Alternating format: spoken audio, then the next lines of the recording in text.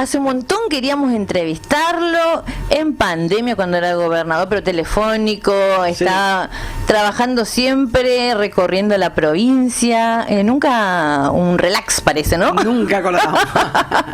Lo vemos caminando todo el tiempo en gestión, ahora también, con mucha responsabilidad, ¿no? Sí, la verdad que interesante, bueno, un tiempo complejo, un tiempo que tiene muchas cuestiones que hacen a la parte económica, pero también a la cuestión social, con grandes desafíos por parte de todos, ¿no? Desde la política, la cultura, la educación, la salud, y bueno, tiempos donde nos tienen que tener activos, o tenemos que estar activos en todo momento, viendo cómo se va desarrollando esto, que es extremadamente dinámico, ¿no? Sí, total. Doctor, no sé cómo llamar, ex gobernador, ex vicegobernador, ex ministro, o sea, una amplia trayectoria tiene en la gestión, ¿no? Y experiencia política. En este contexto, como usted dice, también complicado y difícil, estamos mirando los datos por ahí de las encuestas, gente que no llega a fin de mes, ¿no? ¿Cómo usted, que está recorriendo siempre la provincia, cómo nota al misionero en la cuestión netamente social, económica? Yo creo que hay que dividir algunas cuestiones acá. Ahora ya no se puede hablar de una cosa única, ni desde la economía, ni desde la política, ni desde ningún tipo de ámbito productivo. Ahora hay que ser un poco más segmentados cuando uno va llevando adelante las cuestiones de impacto que se dan en el país y en la provincia. En nombre de la macroeconomía, muchas cosas se ordenan y muchas cosas se desordenan, ¿no? Aquellas cuestiones que hacen a las políticas destinadas al sector agroproductivo, que algunos la llaman, y uno le dicen siempre, las economías regionales, suelen desordenarse en una macro que tiene que cerrar un número. Y muchas veces esos números en el centro de la Argentina son números que no tienen espíritu, que no tienen alma, no son números, nada más que eso, digamos. Te tiene que cerrar el 2 más 2 o te tiene que cerrar el 1 más 1, punto. Sí.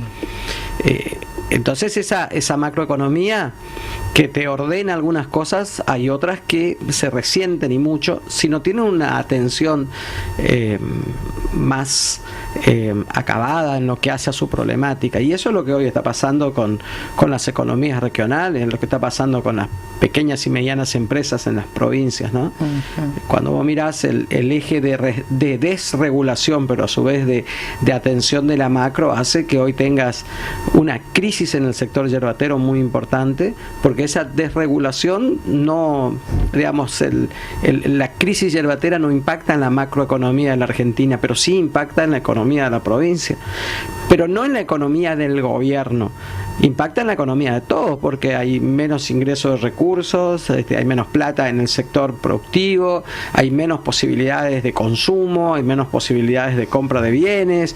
O sea, eso, si uno no tiene una atención muy personalizada de esa economía regional, con el tiempo va a hacerse mucho más complejo. Entonces, ¿qué salimos a hacer, a hablar y a charlar con la gente? Justamente cómo nosotros, desde el lugar donde estamos hoy, desde la legislatura de la provincia, con la posibilidad más adelante quizás de estar en una legislatura nacional, con representantes en las legislaturas nacionales, ¿qué podemos hacer para que tenga mayor atención o mejor atención a las economías regionales, en nuestro caso la de la yerba mate, un sector productivo muy golpeado por la desregulación, porque no es competitivo. Y no es que no sea competitivo por una cuestión de falta de trabajo o de falta de materia prima. No es competitiva porque no se han dado las condiciones para estar en un libre mercado que le permita tener una estructura de costos accesibles y que pueda pelear precios, ¿no? Entonces, hoy vos tenés industrias sobreestoqueadas de materia prima que compran poco. Al comprar poco y al haber mucha oferta hay un precio que está muy por debajo de lo que es el costo productivo. Seguís teniendo un costo productivo alto y cada vez más alto por el combustible, por los servicios, todo han aumentado. Entonces, claramente vos tenés economías en inferioridad de condiciones para competir en un libre mercado, que necesitan que el Estado le dé un acompañamiento no solo financiero, sino también en lo político. Pasa también con el sistema foresto-industrial de la provincia. Un dólar que no es un dólar que le permita competir en el mercado internacional. Entonces, exportar a un dólar 1.28 o a 1.3 no es conveniente para el sector foresto-industrial. Entonces, eso sumale que el 80% de la madera estaba destinada a la obra pública nacional, provincial, y hoy no hay obra pública nacional, se desploma rápidamente. Y si encima de eso tu otro mercado es el mercado privado, y hoy con la recesión que tenés tampoco podés ubicar el producto allí, claramente estás teniendo una crisis en dos sectores que son el motor de la economía de la provincia, ¿no? Con respecto justamente a la yerba mate, que bueno, acá los más afectados son los productores, ¿no? Los colonos de nuestras chacras. ¿En qué quedó el tema de la creación del IPIM? Porque se había presentado ese proyecto y después no avanzó más. A ver, acá hay dos cuestiones. Uno puede caminar, nosotros estamos con el proyecto de ley del Instituto Misionero de la Yerba Mate y otros 3 o 4 proyectos de ley que hay dando vuelta. Pero todos estos proyectos de ley requieren de un flujo financiero importante. Vos estás hablando de 60.000 a 80.000 millones de pesos que alguien se lo tenés que sacar en este momento para poder financiar o para poder fondear un instituto de esas características. Y es muy complejo si vos tenés una coparticipación que viene relativamente planchada, más allá que sea una provincia que tiene superávit, pero tiene superávit con lo justo, digamos, tiene superávit haciéndose cargo de la salud, de la educación, de la seguridad, de la obra pública, de la vivienda, de los programas ahora para poder lograr equiparar un poco la cuestión de consumo. Entonces se hace muy complicado. Yo lo que digo es que nosotros no tenemos que dejar libre la batalla que dimos siempre en conservar el Instituto Nacional de Yerba Mate, ¿no? El INIM es para nosotros un instituto que ha sido eficiente, si bien no ha marcado precios en los últimos tiempos. Yo creo que eso pero también era un instituto que nos daba la posibilidad de una estructura de costos, poder competir, de poder sentarnos en una mesa y poder dialogar, de poder haber conseguido el mejor precio en la historia de la yerba mate, que lo conseguimos en estos últimos 4 años, de darte la certeza de que la yerba que tomás es de buena calidad, de tener un control exhaustivo de lo que estás consumiendo. Bueno, todas esas cosas en nombre de la libertad se están perdiendo. Entonces es muy claro que aquellos que quieren decir, bueno, un paquete de yerba tiene que valer lo que menos posible en la góndola. Bueno, pero también el colono o el productor necesita una estructura de costo lo más chica posible para poder llegar a ese precio. Claro. ¿Y qué cosa que hoy no está pasando? Usted va a tener un rol muy importante en el Congreso. Si la gente lo vota, ¿no? El 10 de diciembre. El decreto 70/23, que justamente es la que ocasionó la desregulación, la destrucción del INIM, por ejemplo. De la ley base. ¿Eso en qué va a quedar? Porque nunca se logró un consenso por ahí con todos los diputados nacionales para derogar ese DNU. Hoy ya la ley de bases ya ha generado todo el efecto desregulatorio que tenía que tener. Ya no se puede desregular más porque tuvo su caducidad. ¿Y cómo se puede volver hay que recomponer nuevamente el INI, las economías regionales? Cuando vos tenés el objetivo, por ejemplo, del instituto, tenés que ir por esa ley, ¿no? O sea, ya son leyes en particular. No hay una ley madre hoy que te permita ir a pelear por todo. Ahora tenés que ir por cada uno de esos rubros. O sea, Río Negro tiene que ir por la manzana, nosotros por la yerba, las otras de los institutos que fueron derogados y que fueron creados por ley, tenés que ir por cada uno de ellos. Eso se puede. Porque hasta hace un mes, no me acuerdo cuándo fue el último día que tenía como fecha de caducidad la desregulación a partir de la ley de base fue el día que 8 de julio. Digamos, se sacó el Instituto Nacional de Medicina Tropical y el lo de vialidad. Y también lo de vialidad. Claro, ese fue el último día.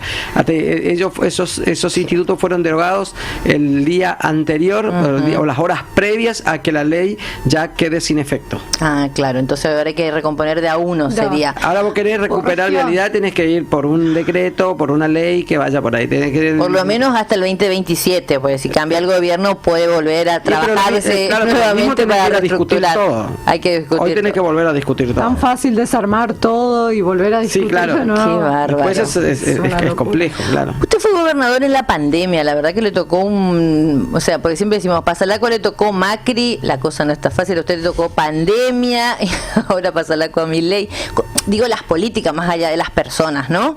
En la pandemia, yo me acuerdo que obviamente que sufrimos efectos también en la economía, pero nunca tanto como ahora en tan poco tiempo, ni siquiera con la pandemia. Y no, porque lo que pasa es que en el tiempo de la pandemia nosotros tuvimos la economía prácticamente abierta en la provincia, no tuvimos un cierre a la economía como tuvieron otras provincias o como tuvo el país mismo. Nosotros sostuvimos ¿por qué? Porque teníamos nosotros en ese momento declaramos 3 o 4 actividades como esenciales, y al ser declaradas como esenciales en la provincia se podían trabajar o producir sin necesidad de ser sancionados con alguna cuestión de decretos presidenciales. Entonces, la actividad de lo que es producción de alimentos estaba digamos protegida y cuidada, o sea que el colono podía producir la yerba mate porque era esencial. Bueno, también lo declaramos como esenciales a los trabajadores de la construcción, porque había que terminar caminos, rutas, porque había que terminar viviendas que había que hacerlas, y bueno, con el debido cuidado. Me acuerdo que se vacunaron prácticamente todos antes de comenzar las obras. Lo mismo pasó con el sector productivo, ¿no? Del sector maderero, que tenía que trabajar porque también ahí calzó un terremoto en San Juan en ese mismo momento. Teníamos que abastecer de viviendas a San Juan. Bueno, creo que nosotros tuvimos... Buenos Aires, me acuerdo que también se llevaron desde acá. Exacto. Que nosotros se fabricaron acá. Tuvimos ahí la experiencia de ser una provincia que siempre ha tenido riesgos epidemiológicos, haber transitado la pandemia de una manera ordenada, de una manera previsible de cómo se venían las cosas, sin saturar los sistemas sanitarios, sin que falten camas, sin que falten medicamentos, sin que falten profesionales, sin tener diezmado el sistema de salud. Hemos cuidado al efector de salud, porque justamente había que cuidarlos para que puedan cuidar a los demás.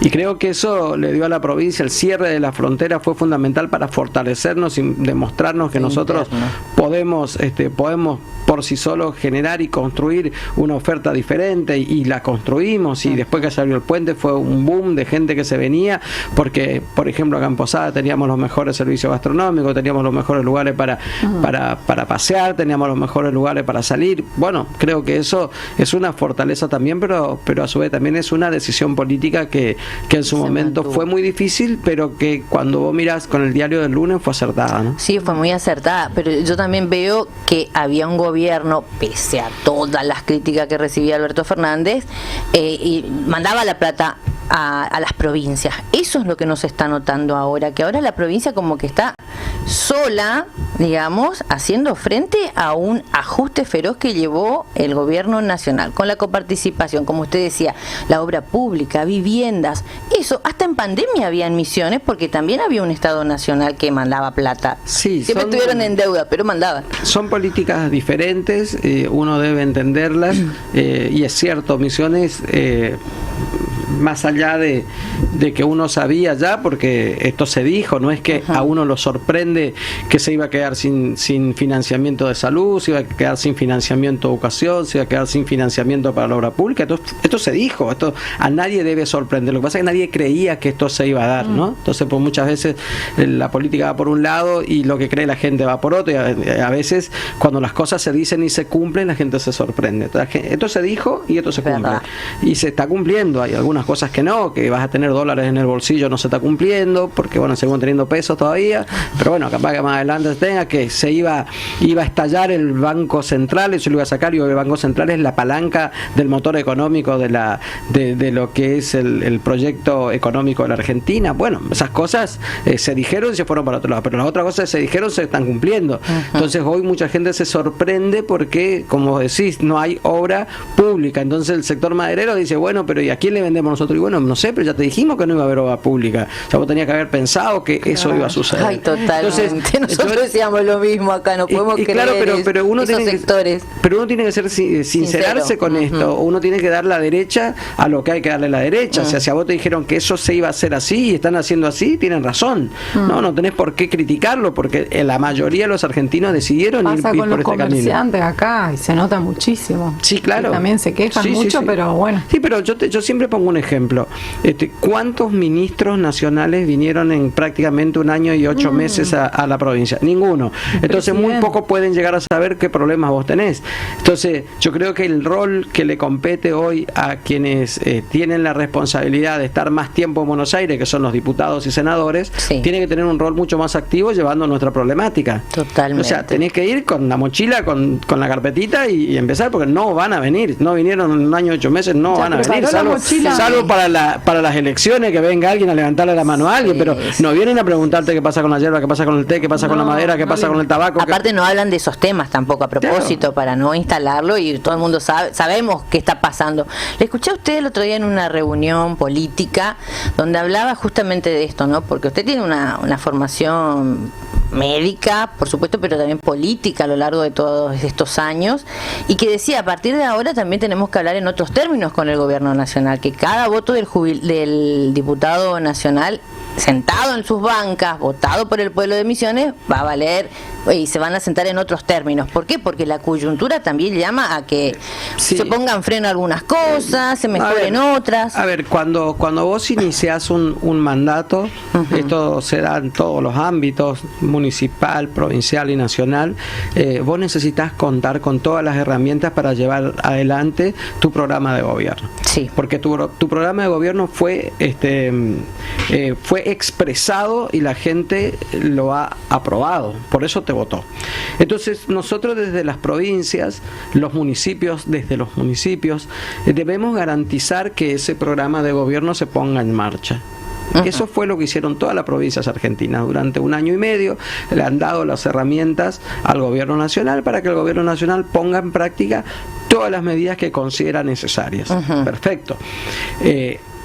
Al cabo de la implementación de todas estas medidas, vos mirás, bueno, le dimos todo, pero ¿qué nos resolvió?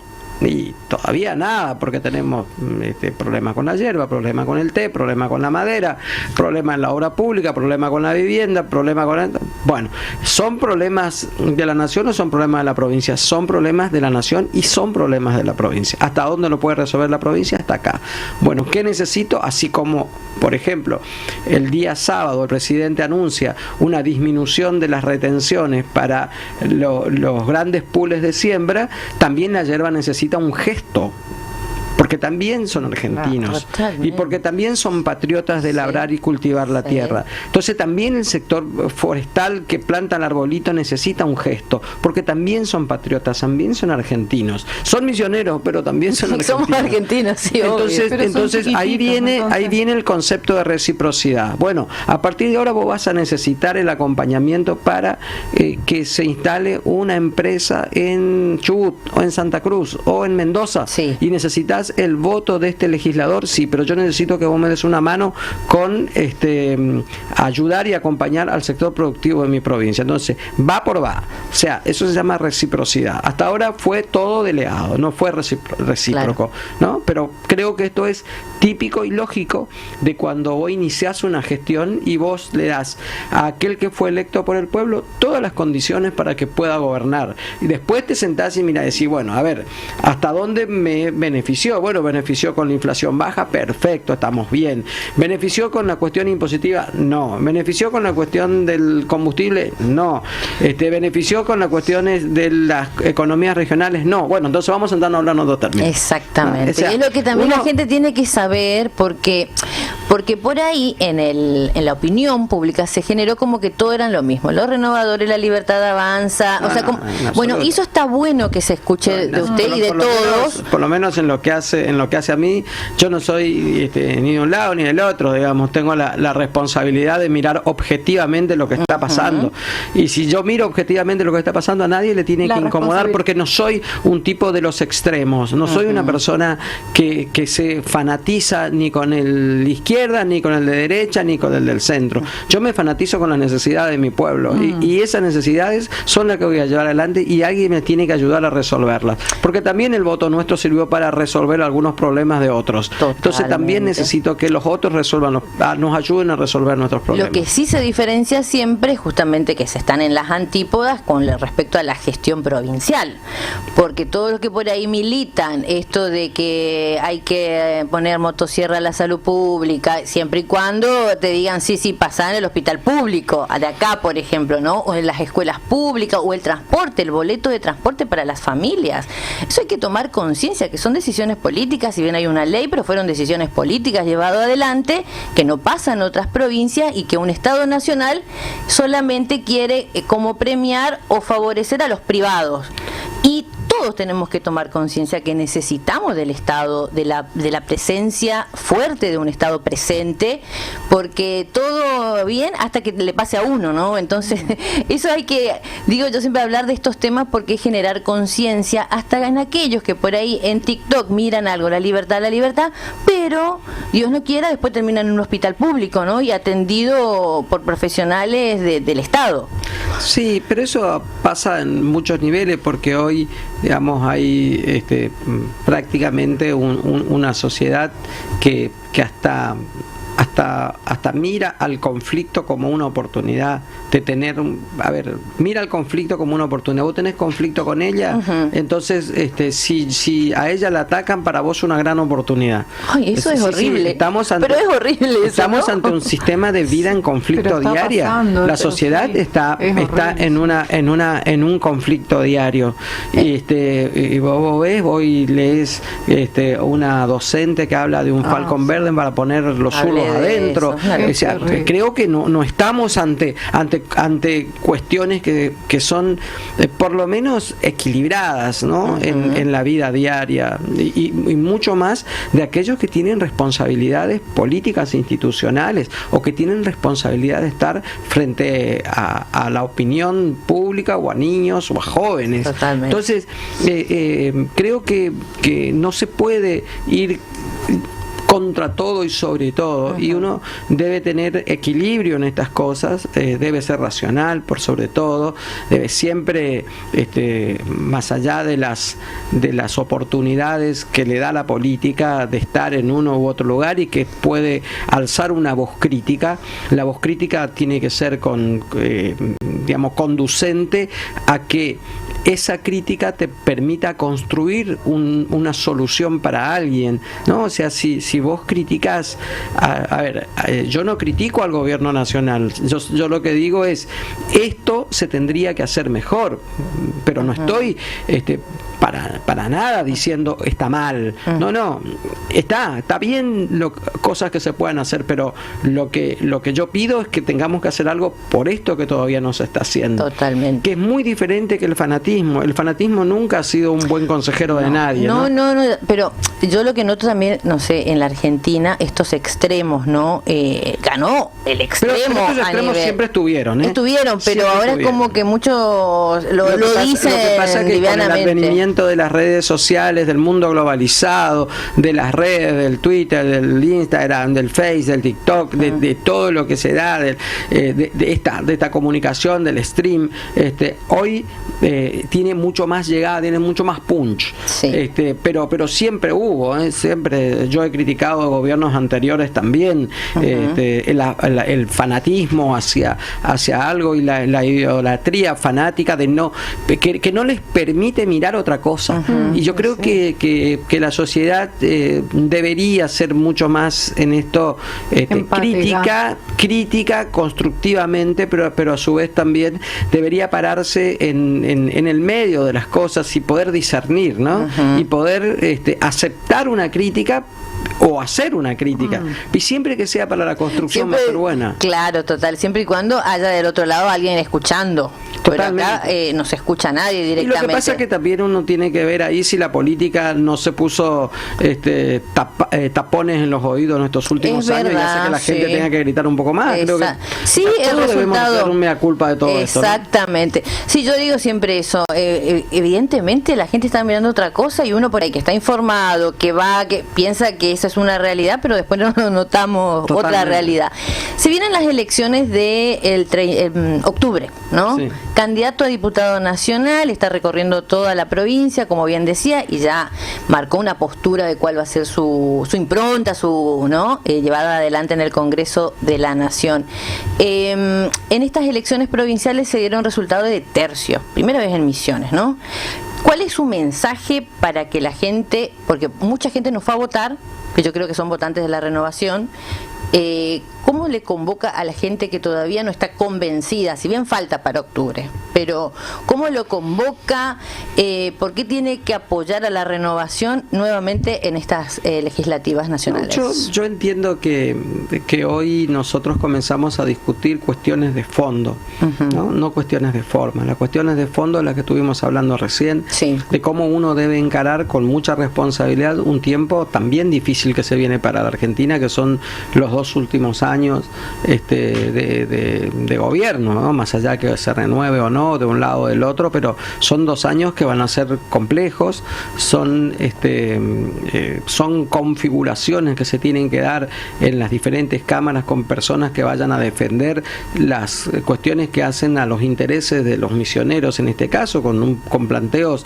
que están por encima de lo que son los intereses partidarios, ¿no? Porque cuando vos mirás el problema de la economía regional hoy de la yerba, le atraviesa por igual al que votó a la de izquierda, a la derecha, a la Renovación, al PJ, a la UCR, al PRO, a la Libertad Avanza.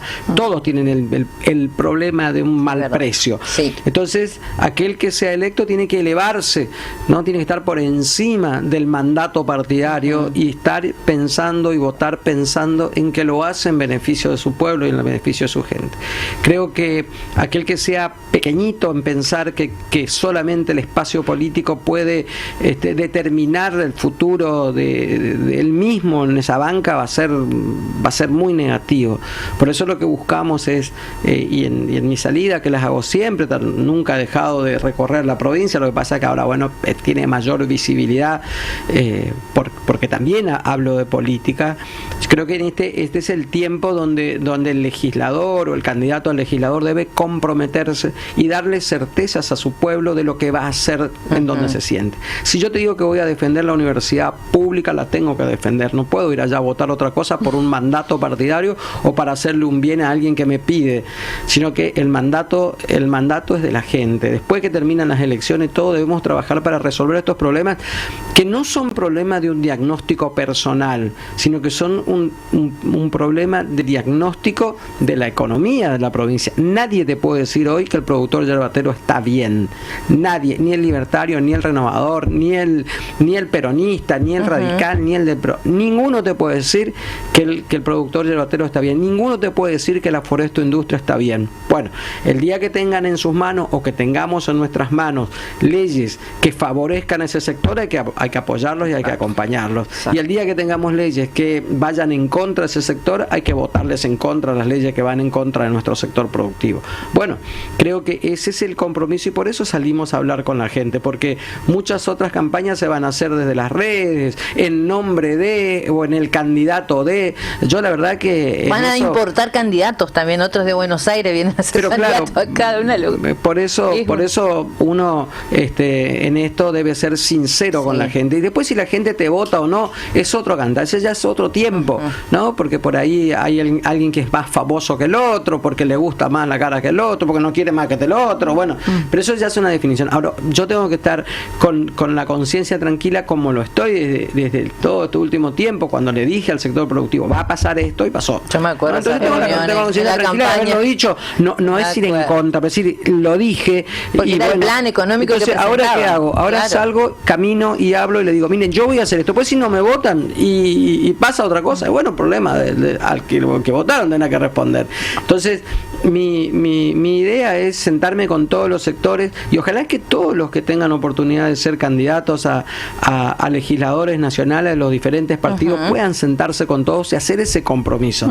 Totalmente. ¿Cuál es la agenda que tiene ahora en estos meses? En lo que queda, ya no queda nada. Sesiones, la agenda que tiene. Va a seguir recorriendo estamos la con todo el sector productivo, el sector de la salud, el sector de la educación, hablando con todo, viendo todo el panorama y bueno, y como te decía, tratando siempre de dar certezas de lo que viene, ¿no? Es decir, el día que haya esta ley en el Congreso y saben que yo estoy, saben que voy a votar. Y cuando va así, se reúne con la gente, seguramente le pide, quiero que haga esto, le tira así, le acerca papel. Uno se pone en el marco más macro, ¿no? Aunque está la demanda personal, siempre no hay uno que no te diga que tiene problemas laborales. El problema del trabajo es el que le corta transversalmente a todos, ¿no? Es decir, el tema laboral corta transversalmente a todos, pero creo que para resolver el tema laboral hay que resolver también las otras cuestiones de fondo que tenemos en la provincia. Sí, estábamos, esto antes de terminar, sé que usted tiene otra agenda. No, el tema, hoy planteábamos la situación económica, nosotros que le hacemos frente a Paraguay, nuestros comerciantes, bueno, se lanza el Black Friday, sale el salario, el Black Friday, ojalá que se gaste acá, pero qué competencia, y encima ahora le hacen más fácil, 2 controles en uno. Claro, porque estamos en una economía de frontera, en un libre mercado que no competimos contra la propia Argentina. Nuestro libre mercado nuestro libre mercado compite con un país o con 2 países, compite con Brasil y compite con Paraguay. Mi libre mercado no compite con Corrientes o con otra provincia argentina. Tal cual, compite el 21% del IVA que yo tengo contra el 8% que tiene el vecino. Y claramente te va a ganar, salvo que vos tengas un dólar mucho más competitivo en los números que el dólar que tenemos hoy. O sea, hoy un dólar 1.28 y es complejo competir con Paraguay hoy, ¿no? Y te vuelvo a repetir, la cuestión impositiva 21/8 es un número.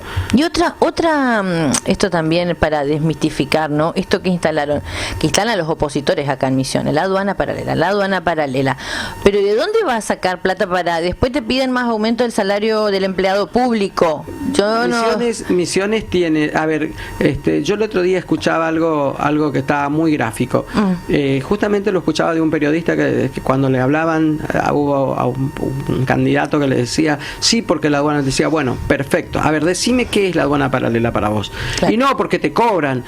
Pero flaco, escúchame, cuando yo le facturo mi publicidad a Mar del Plata, también me la cobra por anticipado. Y no es una aduana paralela. Cuando yo le facturo a Córdoba, también me la cobra por anticipado.